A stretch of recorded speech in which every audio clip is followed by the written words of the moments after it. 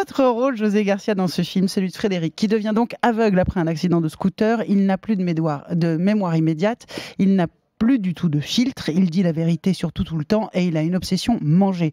Je vous imagine à la lecture du scénar et je ris toute seule.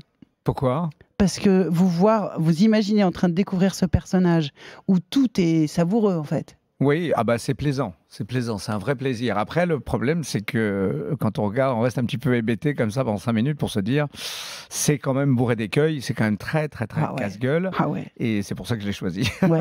Le premier plan du film, il n'y a pas de dialogue. En quelques secondes, on sait que vous êtes aveugle, juste en vous regardant. Et il n'y a rien qui est dit. Oui, c'est un plan qu'on a volé comme ça, qu'on a fait à un moment donné. Incroyable ce plan. Vous êtes incroyable. Ouais, merci. Non, mais on voit tout de suite, on se dit, mais il est aveugle. Ouais.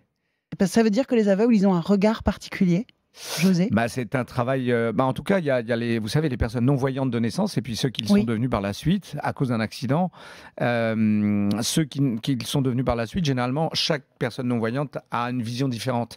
C'est-à-dire qu'il y a des gens qui arrivent à voir quand même des formes, d'autres qui arrivent à voir quand même une certaine lumière, d'autres des résidus de lumière. On ne sait pas. Voilà, c'est en fonction des problèmes cognitifs qu'ils ont. Mais la grosse difficulté pour ce personnage, c'est que déjà le fait d'être non-voyant, c'est déjà tout un travail. Mais après, le problème, c'est que comme il a des problèmes cognitif et qu'il a eu un choc, il parle un petit peu plus fort, si vous voulez, que les autres. Il n'a pas de fil, donc il dit vraiment ce qu'il pense. Et il a un sentiment vraiment d'être affamé tout le temps. C'est pas vraiment un truc pour faire rire, c'est qu'il a vraiment faim. Oui, il a faim. Et il a l'impression qu'on lui donne pas à manger. Donc il est vraiment dans un état de survie permanent.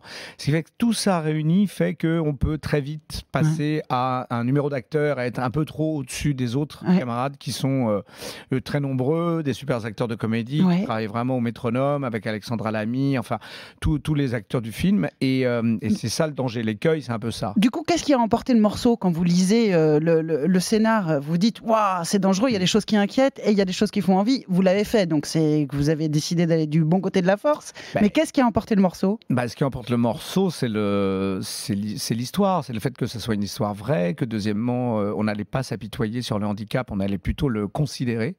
Et on allait le considérer comme moi j'aime, c'est-à-dire en prenant les gens avec nous.